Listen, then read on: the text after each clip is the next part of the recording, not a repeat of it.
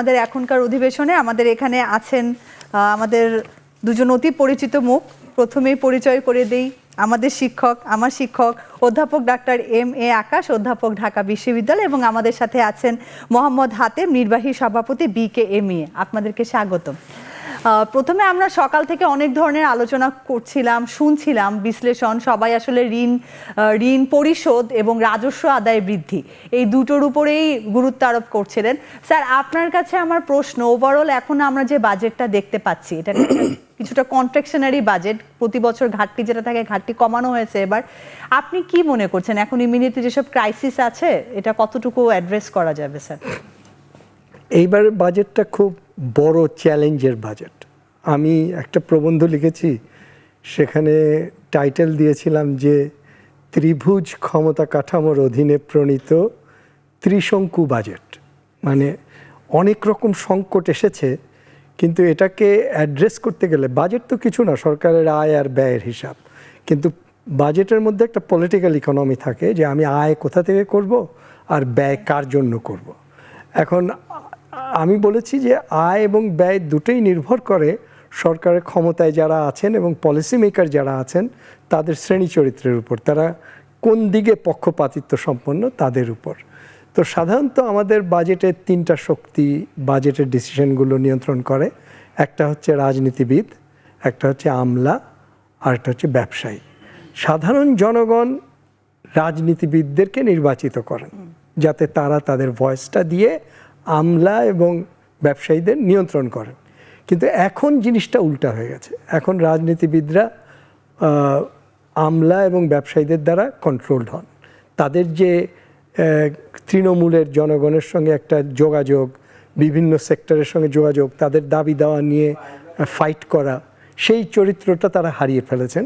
এখন মোটামুটিভাবে আমলারাই বাজেটটা তৈরি করেন আর ব্যবসায়ীরা তাদের দাবি দেওয়া পেশ করেন। আচ্ছা, কিন্তু মুশকিলটা তখনই হয় যখন এই আমলা এবং ব্যবসায়ীদের মধ্যে অসৎ আমলা এবং অসৎ ব্যবসায়ীদের আধিপত্য দেখা দেয়। আর তখন রাজনীতিবিদদের মধ্যে কেউ কেউ অসৎ হয়ে গেলে তখন এই ত্রিভুজটা তৈরি হয়ে যায়, অসৎ আমলা, অসৎ ব্যবসায়ী, অসৎ রাজনীতিবিদ। তো সেই এলিট ক্যাপচার্ড ক্রোনি ক্যাপিটালিজমের মধ্যেই আমাদের এবারকার বাজেট প্রণীত হচ্ছে। আমি অন্তত তাই মনে করি পলিটিক্যাল ইকোনমির দৃষ্টিভঙ্গি থেকে। তার রিফ্লেকশন দেখা যাবে কিসে? যে আমি বলছি যে কর আদায় করো, ব্যাংকের লিকুইডিটি ক্রাইসিস, ঠিক আছে, তাহলে খেলাপি ঋণটা আদায় করে নাও। শেয়ার বাজারে প্রবলেম হচ্ছে, তাহলে শেয়ার বাজারে যারা কৃত্রিমভাবে ক্রাইসিস ক্রিয়েট করছে তাদেরকে ধরো। অথবা আমি বলছি যে এখান থেকে যারা টাকা শোধ করছে না, মানে ট্যাক্স দিচ্ছে না, তাদের টাকাটা কালো টাকা হয়ে যাচ্ছে, ওই কালো টাকাকে প্রশ্রয় দিও না। ওই কালো টাকাকে প্রশ্রয় দিয়ে তো লাভ হচ্ছে না। দেখা যাচ্ছে যে তাদেরকে প্রশ্রয় দিলেও তারা কালো টাকাকে সাদা করছে না। তুমি তখন তাদেরকে বলছো যে আচ্ছা সাদা করলে বাড়তি কর দিতে হবে না, তাতেও কোনো লাভ হচ্ছে না, বরঞ্চ কালো টাকা অনেক সময় বাইরে চলে যাচ্ছে। তাহলে টাকা পাচারকারী, কালো টাকা, ঋণ খেলাপি, তারপর আরেকটা জিনিস আমরা বলে থাকি যে সব ব্যয়ই যেটা 1 টাকা হওয়ার কথা সেই জায়গায় 3 টাকা হয়। তার মানে নিশ্চয়ই ওখানে টেন্ডারিংও এমনভাবে হয় যে যে সবচেয়ে কম দেয় সে হয়তো টেন্ডার প্লেসই করতে পারে না, বা করলেও তারপরে তাকে দেওয়া হয় না। এইসব ব্যাপারগুলো যতদিন দূর না হচ্ছে ততদিন বাজেটের মানে এক্সিকিউশন এবং ব্যয়ের দিকটা আমি বলি অনেক সময় যে ছিদ্র বিশিষ্ট একটা পাত্র। সুতরাং আপনি আয় যতই করেন, ঋণ যতই নেন, ফরেন এইড যতই নেন, নিয়ে এখানে ঢাললেন, তো আমরা চৌবাচ্চার অঙ্কের মতো ওখান থেকে অনেক লিকেজ হয়ে যাচ্ছে। তো এই লিকেজগুলো আটকাতে হবে। এই বাজেটের ক্রাইসিসটা ছিল এই জায়গায় যে লিকেজগুলো আমরা সবাই জানি, এতকাল ধরে আমরা বলছি, নামও জানি, খবরের কাগজেও প্রকাশ হয়, কে দুবাইয়ে বাড়ি করেছে, কে কানাডায় বাড়ি করেছে, কে সিঙ্গাপুরে বিনিয়োগ করছে, সব কিন্তু জানা, কিন্তু তাদেরকে আর আটকানো যাচ্ছে না। সুতরাং এখন ওই আটকানোর ব্যবস্থা না করে আমরা কি করছি যে আচ্ছা ঠিক আছে আমরা ব্যয় কমাবো।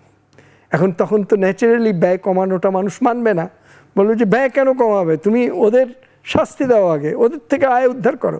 যেমন একজন মানে উৎপাদনশীল পুঁজিপতি বলতে পারে, এবং বলেছেও, খবরের কাগজে সেটা এসেছে, বলেছে যে 12,000 কোটি টাকা মেরে চলে গেল তখন তুমি দেখলে না, এখন তুমি বলছো যে টাকা পাওয়া যাচ্ছে না, এবং তুমি ও টাকাটা মেরে দিল না বলে এখন তুমি মানে 6-9 সুদের হারটা বাড়িয়ে 11% করে দিবে এবং সেটা আমাকে দিতে বলবে। আমি তো কোনো অন্যায় করিনি, আমি তো ঠিক মতোই শোধ করেছিলাম, তো আমি ওই উদরপিণ্ডি বুদর ঘাড়ে কেন তুমি চাপাবে? এই প্রবলেমগুলো অ্যারাইজ করছে। সুতরাং এই প্রবলেমগুলো তো অ্যাড্রেস করবে না, এই বাজেটেও করবে কিনা আমি জানি না, আমি এখনও বাজেটটা ভালো করে শুনতে পারি নাই, আমি অন্য একটা জায়গায় ছিলাম। তবে আপনি বলতে পারবেন যারা শুনেছেন যে এই প্রবলেমগুলো অ্যাড্রেস করা হয়েছে কিনা। সেই কারণে যেই সংকোচনশীল বাজেটের নামে এক্সপোর্ট বাই জিডিপির রেশিও কমে যাবে, মানি আর জিডিপির রেশিও কতটুক বাড়ে আমি জানি না, টাকা ধার করতে হলে প্রিন্টেড মানি যদি করে তাহলে মানি আর জিডিপির রেশিও বেড়েও যেতে পারে। আচ্ছা, ধরে নিচ্ছি যে ওটাও কমে যাবে, ইম্পোর্ট এবং জিডিপির রেশিও কমে যাবে, এক্সপোর্ট এবং জিডিপির রেশিও কমে যাবে, মানি এবং জিডিপির রেশিও কমে যাবে, তাহলে তো সব মিলিয়ে একটা গ্রোথ এফেক্ট হবে যেটা হবে নেগেটিভ। এবং গ্রোথ নেগেটিভ হলে আনএমপ্লয়মেন্ট বাড়বে। আবার আপনি একই সঙ্গে কৃষিতে একটা মেকানাইজেশন প্রসেস চালু করেছেন, সুতরাং ওখানেও কিছু মানে কর্মসংস্থান কমে যাবে এবং ওখান থেকে লোকজন বার হয়ে যাবে। তারপরে আপনি মানে এত বড় সব মেগা প্রজেক্ট নিয়েছেন, সেখানকার টাকা আপনাকে কতটুকু আপনি আনতে পারবেন তার উপর নির্ভর করবে ওগুলো কমপ্লিটেড হবে কিনা। যেমন ধরেন আপনি কর্ণফুলী টানেল করেছেন, এই টানেলটাকে যদি ঠিক মতো কার্যকরী করতে হয় তাহলে অন্য জায়গায় একটা রাস্তা করতে হবে, এবং সেই রাস্তার টাকা দেওয়ার আপনার ক্ষমতা নাই।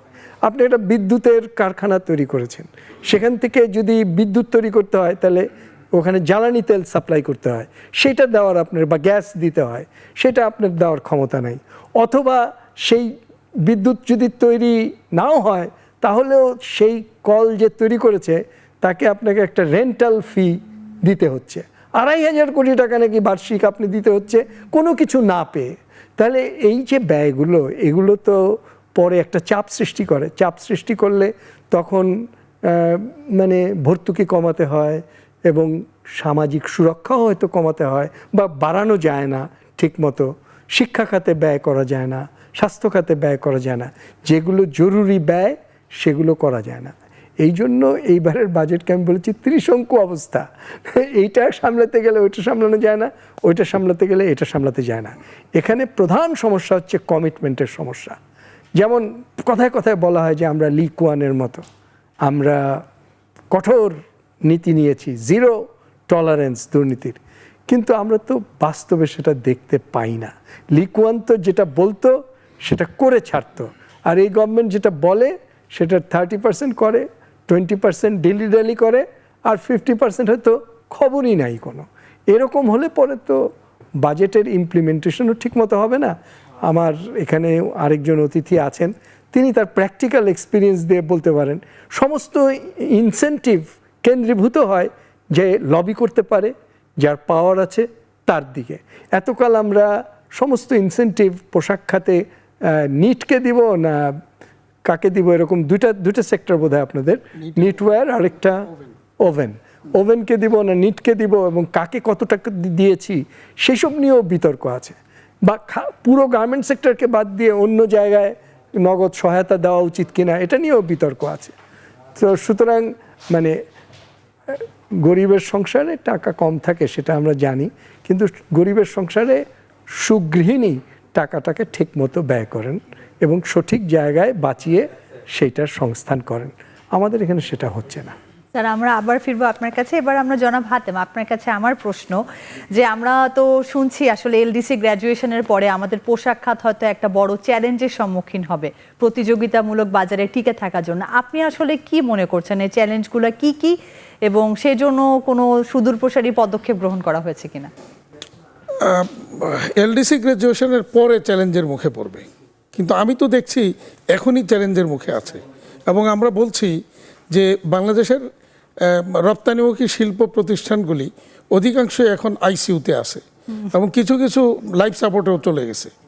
এখন এটা এই আইসিইউতে যারা আছে, এটা এখান থেকে এখন তারা ফিরে আসবে কি না স্বাভাবিক জীবনে ফিরতে পারবে কিনা স্বাভাবিক ব্যবসার মধ্যে, তা ডিপেন্ড করে যে ব্যাংকগুলি তাকে কতটুকু সাপোর্ট দিবে, ব্যাংকগুলি প্রপার ট্রিটমেন্ট দিচ্ছে কিনা, সময় মতো দিচ্ছে কিনা।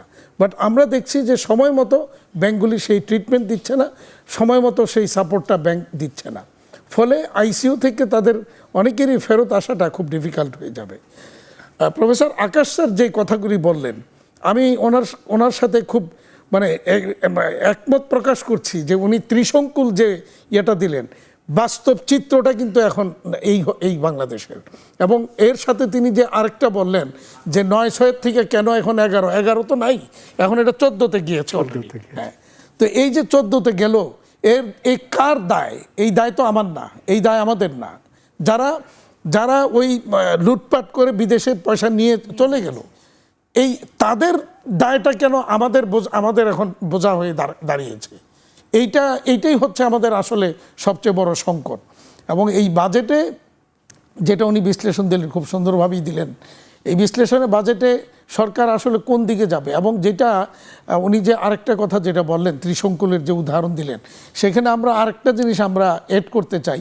যখন রাজনীতিবিদদের উপরে যখন আমলারা যখন আরও বেশি ক্ষমতাবান হয়ে যায়, তখন কিন্তু সংকটটা আরও বেড়ে যায়। যেটা বাংলাদেশে আমাদের কাছে মনে হচ্ছে যে এখন রাজনীতিবিদদের যে আগে, কারণ রাজনীতিবিদদের যে একটা ডিটারমিনেশন ছিল, তারা যে দেশের জন্য ঝাঁপিয়ে পড়তো বা যেভাবে তারা দেশকে নিয়ে ভাবে, জনগণকে নিয়ে ভাবে, আমলারা কিন্তু সেভাবে ভাবে না।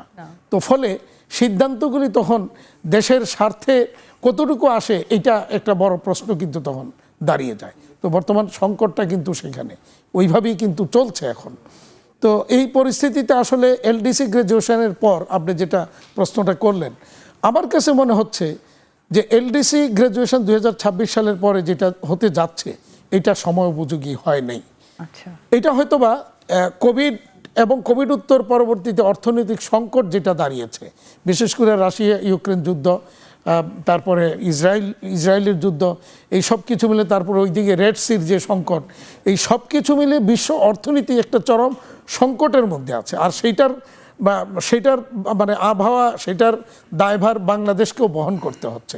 ফলে এই সময়টা এলডিসি গ্র্যাজুয়েশন হতে গিয়ে আসলে আমরা ক্ষতির মুখোমুখি হতে যাচ্ছি বলে আমার কাছে, আমরা যারা রপ্তানিকারক, আমরা যারা এই দেশের রপ্তানি শিল্পের সাথে, উৎপাদন শিল্পের সাথে জড়িত, আমরা তা মনে করছি। এবং এলডিসি গ্র্যাজুয়েশনের পর ইনসেন্টিভ থাকবে না। এদিকে আইএমএফ বলছে ইনসেন্টিভ রাখা যাবে না, ভর্তুকি রাখা যাবে না। তো এই ভর্তুকি যদি রাখা না যায় এরকম একটা সংকটের মধ্যে, তাহলে আর ইনসেন্টিভও যদি রাখা না যায়, ইনসেন্টিভটা প্রত্যাহার হয়ে যাবে কোত্থেকে? যেখানে শ্রমঘন যে ইন্ডাস্ট্রি, যেখানে মানে কর্মসংস্থানের বিশাল একটা পরিবেশ রয়েছে, সেই জায়গা থেকে যদি ইনসেন্টিভ এইভাবে উধাও হয়ে যায়, তাহলে সেই কর্মসংস্থান কতটুকু টিকে থাকবে, বিশ্ববাজারে কম্পিটিটিভনেস কতটুকু ধরে রাখতে পারবে এই ইন্ডাস্ট্রি, এটা কিন্তু বড় প্রশ্ন হয়ে আসছে কিন্তু সামনে। কারণ পাশাপাশি যখন আমরা দেখি আমাদের জ্বালানি তেলের মূল্য অস্বাভাবিকভাবে বেড়ে যাচ্ছে, আমাদের গ্যাসের মূল্য অস্বাভাবিকভাবে বেড়েছে, আমাদের শ্রমিকের মজুরিও বাড়ছে এবং বাড়তেই হবে, কারণ মূল্যস্ফীতি যেভাবে বাড়ছে, সেখানে যদি মজুরি না বাড়ে তাহলে তাদের পক্ষ টিকে থাকাটা খুব কঠিন। তো এরকম একটা পরিস্থিতিতে আসলে আমাদের জন্য খুব কঠিন হয়ে যাবে এই চ্যালেঞ্জ মোকাবেলা। এবং এই বাজেটে আমরা এমনি ধারণা করছিলাম যেটা একটু সংকুচিত, আমি আগেও বলেছি, এবার বাজেটটা একটু সংকুচিত এবং সংকুচিত বাজেট হতে হবে এবং কিছুটা কনজারভেটিভ বাজেট হতে হবে, কারণ অর্থনৈতিক সংকট এখন চরমে। এই পরিস্থিতিতে উচ্চাভিলাষী বাজেট বা বড় আকারের বাজেট, এটা যদিও আমাদের কাছে শুনতে খুব ভালো লাগে, দেশের অর্থনীতির আকার বাড়ছে, এটা শুনতে ভালো, দেখতে ভালো, কিন্তু আমরা শঙ্কিত হই তখন যখন রাজস্ব আহরণের টার্গেট এনবিআরকে যখন দেওয়া হয়, যেমন এবার 4,80,000 কোটি টাকা এনবিআরকে টার্গেটটা দেওয়া হয়েছে। তো আমরা তখন শঙ্কিত হই, কারণ এইবার বুঝি জুলুম অত্যাচারের মাত্রাটা আমাদের উপর আরও বেড়ে যাবে। কারণ ওই ট্যাক্স নেটের আওতায় তো সেই 30 লক্ষ লোক যারা রিটার্ন দাখিল করে, এর বাইরে তো আর নাই। তো রাজস্ব আহরণের মাত্রা যতই বাড়বে তত কিন্তু এই কিছুর সংখ্যক লোকের উপরেই কিন্তু এর ইয়েটা বাড়বে, চাপটা বাড়বে। তো এটাই আমাদের শঙ্কার বড় জায়গা। আমরা আবার আসবো আকাশ স্যারের কাছে প্রশ্ন। স্যার, আমরা রিসেন্টলি দেখলাম যে Bangladesh bank monetary policy statement দিয়েছে এবং সেখানে আমরা দেখলাম যে আমাদের যে পলিসি রেট, রেপো রেট, সেটা হচ্ছে বাড়িয়ে দিয়েছে, যার ফলে আমাদের এই প্রাইভেট সেক্টরের যেই লোনটা সেটাও বেড়ে যাবে। আগে 7.5% ছিল পলিসি রেট, এখন হচ্ছে 8.5%। তো স্যার, এই যে পলিসি রেট দিয়ে বাজার থেকে টাকা তুলে নেওয়া, মানুষের ক্রয় ক্ষমতা মানে মূল্যস্ফীতিকে নিয়ন্ত্রণ করার জন্য, সেটা আমাদের এখনকার প্রেক্ষাপটে আসলে কতটুকু কার্যকর হবে? এটা কি আসলে ডিমান্ড পুশ ইনফ্লেশন না কস্ট পুশ ইনফ্লেশন? আমাদের একটা পিকুলিয়ার অবস্থার মধ্যে আমরা পড়েছি। যদি আমরা অর্থনীতির পরিভাষায় বলি তাহলে এটাকে বলবো মন্দাস্ফীতি। মানে একই সঙ্গে মন্দা এবং মুদ্রাস্ফীতি দুটাই আমাদেরকে আক্রমণ করেছে। ইংরেজিতে এই ধরনের সিচুয়েশনকে বলে স্ট্যাগফ্লেশন, স্ট্যাগনেশন অ্যান্ড ইনফ্লেশন একত্রে। যখন এটা হয় তখন কারণ খুঁজতে গেলে দেখা যায় কারণ যাই থাকুক না কেন, আমি যদি ইনফ্লেশনকে ফাইট করতে যাই তাহলে স্ট্যাগনেশন বেড়ে যায়। মানে আমি যদি মুদ্রাস্ফীতি কমাতে যাই তখন মন্দাটা বেড়ে যাবে, আবার আমি যদি মন্দা কমাতে যাই তাহলে মুদ্রাস্ফীতি বেড়ে যায়। এটা আমার ওই যে ত্রিশঙ্কু কথাটা বলার পিছনে এটাও একটা কারণ। কেন এটা হয় আমি বলি। কারণ আপনি যদি মুদ্রাস্ফীতিকে ফাইট করতে চান বা এটাকে কমাতে চান, তাহলে স্বাভাবিকভাবে আপনি যে মুদ্রানীতি গ্রহণ করবেন তাতে মুদ্রা ছাপাবেন কম। মুদ্রা যদি ছাপান কম তাহলে যেসব জায়গায় মুদ্রা ছাপিয়ে ব্যয় হতো সেই ব্যয়গুলো আবার হবে না।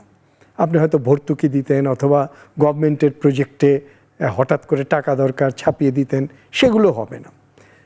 আচ্ছা, আরেকটা হলো যে আপনি ক্রেডিটকে সংকোচন করেন, কারণ আপনি যত ক্রেডিট দিবেন ততই তো মানে মানি সাপ্লাই বেড়ে যাবে। অর্থাৎ ওই যে আমি যেটা বললাম M/GDP রেশিও বা M2/GDP রেশিও, এটাকে শ্রিঙ্ক করানো হয়। তো সেইটা আপনি করবেন। আচ্ছা, এটা যখন আপনি করবেন তখন যেই জিনিসগুলো কমবে সেটা গিয়ে আবার উৎপাদনে ক্ষতিগ্রস্ত করবে, কারণ ওখানে বিনিয়োগ কমে যাবে। বিনিয়োগ কমে গেলে উৎপাদন কমে যাবে। আপনি যদি মুদ্রাস্ফীতি মানে এটা করতে যান তাহলে পরে ওই বিনিয়োগ কমে গেলে আবার উৎপাদন কমে যাবে। তাহলে উৎপাদন কমে গেলে তখন আপনি তো আর মানে আরও মন্দায় পড়বেন। তাহলে আপনি যেটা করতে পারছেন সেটা হলো মানে মন্দা বৃদ্ধি করছেন মুদ্রাস্ফীতি কমিয়ে, অথবা মুদ্রাস্ফীতি আপনি মন্দা কমানোর জন্য আপনি ইনসেন্টিভ দিতে পারেন, আরও বেশি কম রেট অফ ইন্টারেস্টে ক্রেডিট দিতে পারেন, আরও টাকা ছাপাতে পারেন। গভর্নমেন্ট আরও ওই যে কেইনসের ভাষায় মানে গর্ত করলো আর গর্ত পূরণ করলো, এই জন্য টাকা দিল যাতে মানুষ ওই টাকা নিয়ে কিনে বাজারের দামটা বাড়িয়ে বাজারে সাপ্লাইটাকে বাড়াতে পারে। ওইটা যদি করেন তাহলে হয়তো মন্দা কমবে, হয়তো কারখানাগুলো বন্ধ হবে না, টাকা পেয়ে কাজ করবে, কিন্তু এটা বাড়তি খরচের এফেক্ট হিসাবে মুদ্রাস্ফীতি বেড়ে যাবে। এখন আমরা পলিটিক্যাল ইকোনমিস্টরা আমরা দেখেছি যে বিএনপির আমলে সাধারণত যেটা হতো সেটা হলো স্টেবিলাইজেশনটা হতো, কিন্তু গ্রোথটা মানে গ্রোথটা হতো না, স্টেবিলাইজেশনটা হতো, গ্রোথটা হতো না, কিন্তু ইনফ্লেশনটা কম থাকতো। তার মানে stabilisation at the cost of inflation, এটা হলো বিএনপি আমলের জেনারেল নেচার।